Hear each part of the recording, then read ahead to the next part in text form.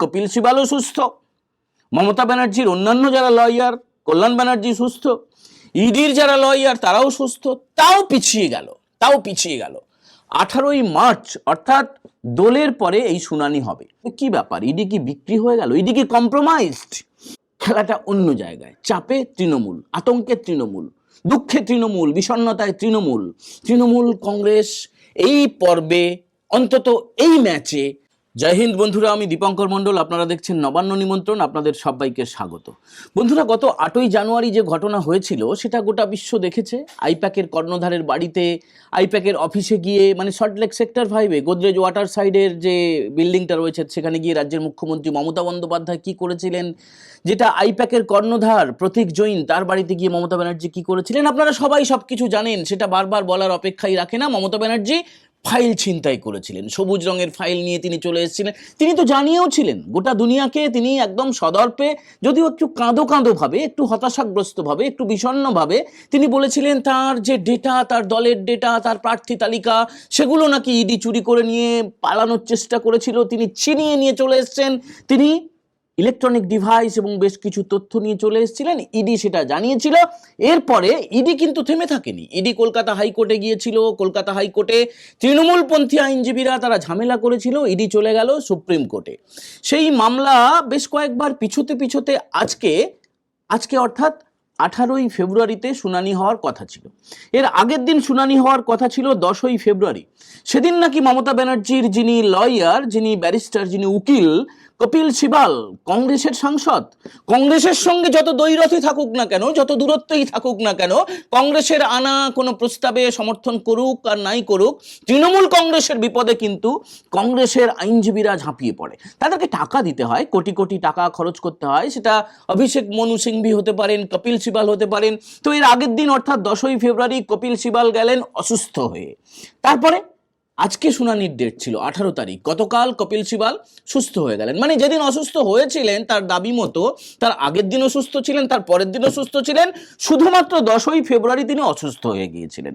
সেটা আপনারা জানেন যে সেটা নাটক নাকি নাটক নয়, সেটা সবাই জানেন, বলার অপেক্ষাই রাখে না। কিন্তু আজকে 18ই ফেব্রুয়ারি কপিল সিবালও সুস্থ, মমতা ব্যানার্জির অন্যান্য যারা লয়ার, কল্যাণ ব্যানার্জি সুস্থ, ইডির যারা লয়ার তারাও সুস্থ, তাও পিছিয়ে গেল 18ই মার্চ, অর্থাৎ দোলের পরে এই শুনানি হবে। এবার প্রাথমিকভাবে আপনারা কি মনে করবেন? প্রাথমিকভাবে এটা শোনার পরে আমাদের কি মনে হবে? কি ব্যাপার, ইডি কি বিক্রি হয়ে গেল? ইডি কি কম্প্রোমাইজড শব্দটা এজেন্সির ক্ষেত্রে খুব চলে, বুঝলেন তো? মানে যে কোনো এজেন্সি, সেটা র হতে পারে, ইডি হতে পারে, সিবিআই হতে পারে, আইবি হতে পারে, বা রাজ্যের কোনো এজেন্সি হতে পারে। এই যে কম্প্রোমাইজড হয়ে যাওয়া, অর্থাৎ দুষ্কৃতীকে ধরতে গিয়ে, অভিযুক্তকে ধরতে গিয়ে, দুষ্কৃতির বিরুদ্ধে ব্যবস্থা নিতে গিয়ে, কালপ্রিটের বিরুদ্ধে কোনো প্রমাণ জোগাড় করতে গিয়ে অনেক সময় কম্প্রোমাইজড হয়ে যায় এইসব এজেন্সি। মানে মাল টাকা খেয়ে নেয়। কিন্তু ইডি কি কম্প্রোমাইজড? এটা হচ্ছে আলোচনার ব্যাপার। না, ইডি কম্প্রোমাইজ নয়। এর পিছনে অন্যরকম একটা রাজনৈতিক চাল আছে, বড় খেলা আছে বন্ধু। এটাই আজকে আলোচনার মূল বিষয়। কি বিরাট খেলা? আপনারা বলবেন যে কি এমন বিরাট খেলা? হ্যাঁ, বিরাট খেলা রয়েছে। আচ্ছা, প্রথমে বলুন যে যদি এই যে শুনানি পিছিয়ে যাওয়া, তার জন্য যদি তৃণমূল খুশি হতো, তৃণমূল নেত্রী মমতা ব্যানার্জি খুশি হতেন, তার দলের অ্যাং ব্যাং চ্যাংরা খুশি হতেন, তাহলে তারা লাফাতে থাকতেন, শরীরী ভাষায় অন্তত বোঝা যেত। বোঝা যাচ্ছে না, তাদের ভেতরে রক্তক্ষরণ হচ্ছে, দলা দলা কান্না পাকিয়ে উঠছে। মানে ভীষণভাবে বিষণ্ণতা গ্রাস করেছে তৃণমূল কংগ্রেসকে এই শুনানি পিছিয়ে যাওয়ার কারণে। কেন বলুন তো, কেন বিষণ্ণ তৃণমূল কংগ্রেস? কারণ আর কিছু না, কারণটা হচ্ছে 18ই মার্চ, দিনটা মনে রাখুন, 18ই মার্চ শুনানি হবে। পরবর্তী শুনানি 1 মাস পিছিয়ে গেল।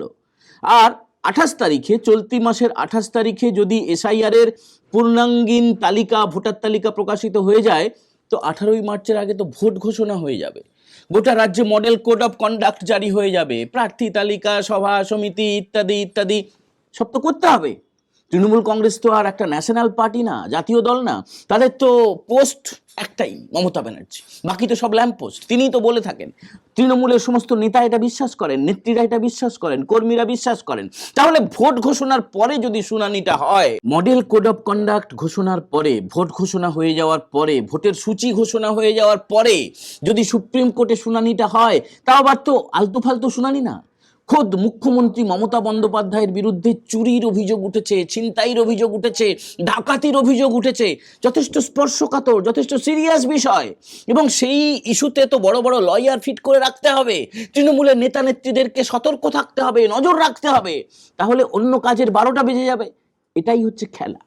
এই খেলাটা অন্য জায়গা থেকে পর্দার আড়ালে একটা খেলে দিয়েছে। দেখুন, রাজ্য বিজেপির তরফে তো ইতিমধ্যে ঘোষণা করা হয়ে গিয়েছে যে আসন্ন বিধানসভা নির্বাচন উপলক্ষে তারা প্রচারের জন্য, জনসংযোগের জন্য 5,000 কিলোমিটার পদযাত্রা করবেন। 1 মার্চ থেকে সেটা শুরু হয়ে যাবে এবং শেষ হবে ব্রিগেডে। 9টা টিম রথযাত্রার মতো করে, একদম সেই LK আদবানির কথা মনে আছে, তিনি রথযাত্রা করেছিলেন, সেই স্টাইলেই হবে। প্রত্যেকটা বিধানসভা ছুঁয়ে যাবে এই পরিবর্তন যাত্রা এবং শেষ হবে ব্রিগেডে। ব্রিগেডে সেখানে প্রধানমন্ত্রী নরেন্দ্র মোদী বক্তৃতা দেবেন। কি সেই রুট, কি সেই পরিকল্পনা, একটুখানি আপনারা শুনে নিন। এই যে 1 মার্চ থেকে 9টা পরিবর্তন যাত্রা শুরু হবে, সেখানে রাজ্য বিজেপির সভাপতি শ্রমিক ভট্টাচার্য যেটা ইতিমধ্যে জানিয়ে দিয়েছেন, 5,000 কিলোমিটার পথ অতিক্রম করে ব্রিগেড ময়দানে এই পরিবর্তন যাত্রা শেষ হবে। প্রধানমন্ত্রী নরেন্দ্র মোদী তিনি এই শেষে তিনি বক্তৃতা দেবেন এবং কোচবিহার থেকেও তিনি সূচনায় থাকতে পারেন। রাজ্য বিজেপি যেটা ঘোষণা করেছে, 1 মার্চ কোচবিহার দক্ষিণ, কুলটি, গড়বেতা, কৃষ্ণনগর দক্ষিণ, রায়দিঘি এবং পরের দিন ইসলামপুর, সন্দেশখালী, হাসান, আমতা থেকে পরিবর্তন যাত্রা শুরু হবে। দোল উপলক্ষে 3 এবং 4 মার্চ মানে 3rd এবং 4th মার্চে বন্ধ থাকবে। প্রায় প্রত্যেকটা বিধানসভা ঘুরে ঘুরে এই যাত্রা হবে এবং যাত্রা চলাকালীন 60টি বড় বড় জনসভা করা হবে, 300টারও বেশি মাঝারি জনসভা করা হবে। ছোট ছোট শহরে হবে, মিউনিসিপ্যালিটিতে হবে, পঞ্চায়েত এলাকায় হবে। 300টা সভা কম নয় কিন্তু। তাহলে আমরা যেটা বলছিলাম যে তৃণমূল করবেটা কি, এই যে যখন মডেল কোড অফ কন্ডাক্ট জারি হয়ে যাবে তার মাঝে তারা মামলা লড়বে, নাকি তারা পরিকল্পনা করবে, নাকি প্রচার করবে? তাহলে ব্যাকফুটে কারা, বুঝতে পারছেন তো? তৃণমূল কংগ্রেস সরকারের উপর মানুষ বিরক্ত এবং সেই যে বিরক্তির ফলে তাদের যে নাগরিক অধিকার যেটা চলে গিয়েছে তা মসৃণ করতে এবং এই যে দুর্নীতি, এই যে রাহাজানি, এই যে ফেরেববাজি, সেগুলো মানুষকে জানানো হবে। এবং এর পাশাপাশি এই যে পরিবর্তন যাত্রা বা রথযাত্রা, অনেক মিডিয়া নাম দিয়েছে, যদিও বিজেপির তরফে, রাজ্য বিজেপির তরফে রথযাত্রা কথাটাকে ব্যবহার করা হয়নি, তারা ব্যবহার করছেন পরিবর্তন যাত্রা। তো এই পরিবর্তন যাত্রায় যে বিপুল সাড়া পড়বে সেটা নিয়ে তো কোনো সন্দেহ নেই। এবং ইতিমধ্যেই আপনারা দেখছেন যে বেশ কিছু মানুষ তারা যোগ দিতে শুরু করেছেন বিজেপিতে, তারা যোগ দিতে শুরু করেছেন বিভিন্ন রাজনৈতিক দল থেকে। তৃণমূল কংগ্রেস থেকে সংগ্রাম দোলই, তিনি রাজ্যের বিরোধী দলনেতা শুভেন্দু অধিকারীর হাত থেকে পতাকা নিয়ে তিনি জয়েন করেছেন। রাজ্য বিজেপির যে সদর দপ্তর সল্ট লেকে, সেখানে যারা জয়েন করে গিয়েছেন ইতিমধ্যে, দীপাঞ্জন চক্রবর্তী, প্রাক্তন কর্তা মানে সেনা কর্তা বলতে পারেন, তিনি রতে কাজ করেছেন, ইন্টেলিজেন্সের লোক, ভীষণ দাপুটে লোক, তিনি যোগ দিয়েছেন। কস্তুরী গোস্বামী, ক্ষিতি গোস্বামীর কন্যা, তিনি যোগ দিয়েছেন। এবং এই যে অমিত শাহ খানিকক্ষণের মধ্যে ঢুকে যাবেন রাজ্যে, তো এই ইম্প্যাক্টটা কিন্তু হবে। মানে পরিবর্তন যাত্রা যখন শুরু হয়ে যাবে, দেখবেন তৃণমূল কংগ্রেস থেকে আরো বেশি করে নেতারা নেত্রীরা তারা যোগ দিতে শুরু করে দেবেন। এই আবহেই, এই ভোটের ঘোষণার আবহেই কিন্তু সুপ্রিম কোর্টে শুনানি চলবে। তাহলে কারা ব্যাকফুটে, বুঝতে পারছেন? কেন বললাম যে ইডি খেলে দিয়েছে অন্য খেলা, ইডি কম্প্রোমাইজ হয়নি, কেন বললাম এটা নিশ্চয়ই বুঝতে পারলেন। ইডি কম্প্রোমাইজ হয়নি, কোনো সেটিংয়ের ব্যাপার নেই। সেটিংয়ের ব্যাপার থাকলে তাহলে শুনানি শুরু হয়ে যেত। শুনানি চলছে না কেন? বল এখন কাদের কোর্টে? বল এখন ইডির কোর্টে। বল কিন্তু ইডির কোর্টে। তৃণমূলের হাতে আর কিছু নেই। তৃণমূল পুরো ফাঁকা, শূন্য হয়ে গিয়েছে। আপনারা যারা ভাবছেন বা ভাবছিলেন যে সেটিং হয়ে গেল, কম্প্রোমাইজড হয়ে গেল, সর্বৈব মিথ্যা, পুরোপুরি মিথ্যে কথা। বরং খেলাটা অন্য জায়গায়। চাপে তৃণমূল, আতঙ্কে তৃণমূল, দুঃখে তৃণমূল, বিষণ্ণতায় তৃণমূল।